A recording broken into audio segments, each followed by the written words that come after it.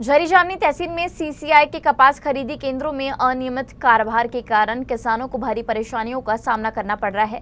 तहसील Congress committee के अध्यक्ष संदीप उर्फ लक्ष्मण भाऊराव बुर्रेवार ने इस संबंध में प्रधानमंत्री नरेंद्र मोदी और सांसद प्रतिभा धानोरकर को निवेदन भेजकर तुरंत कार्रवाई की मांग की है।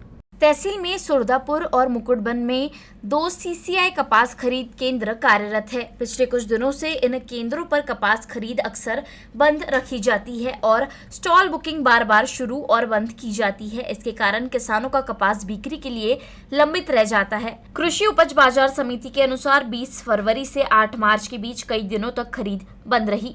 लगभग 25 दिनों में केवल 16 दिन ही खरीद हुई और दोनों केंद्रों में कुल केवल 7,885 क्विंटल कपास की खरीदी हुई। कई बार कपास खराब है का कारण देकर किसानों का कपास वापस भेजा गया। बुरेवार ने बताया कि बाजार समिति अध्यक्ष राजीव कासावार ने कहा कि स्टॉल बुकिंग शुरू या बंद करने का अधिकार सीसीआई के अधिकारियों के पास है। बावजूद इसके सीसीआई कर्मियों की लापरवाही के कारण किसानों को काफी परेशानियों का सामना करना पड़ा।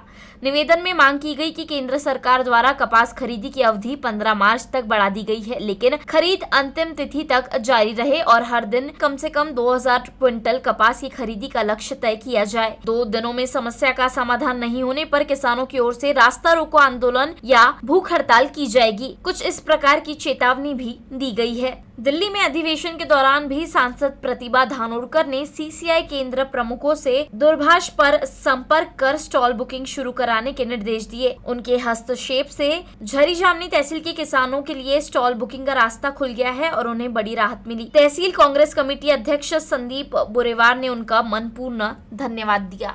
आज आम्ही तहसीलदार साहेबांना निवेदन देऊन सीसीआई झरी मुकुटबन सुरदापूर केंद्राचे प्रमुख पाटील साहेब यांच्याशी आम्ही स्लॉट बुकिंग बाबत चर्चा केली असता माननीय खासदार प्रतिभाताई धानोरकर यांच्याशी फोनवर पाटील साहेबांनी चर्चा केली आणि आम्हाला आश्वासन दिलं जे 600 क्विंटलचं प्रतिरोधचं जे स्लॉट आहे ते 1200 क्विंटल असं वाढवून देऊ आणि प्रति दिवस स्लॉट 15 तारखेपर्यंत चालू ठेवू असं आम्हाला पाटील साहेबांनी जास्तीत जास्त वाढवून देऊ अजून 1200 पेक्षा असं सुद्धा आश्वासन पाटील साहेबांनी आम्हाला आश्वासन दिलं। त्याबद्दल आम्ही पाटील साहेबांचे आभार मानतो।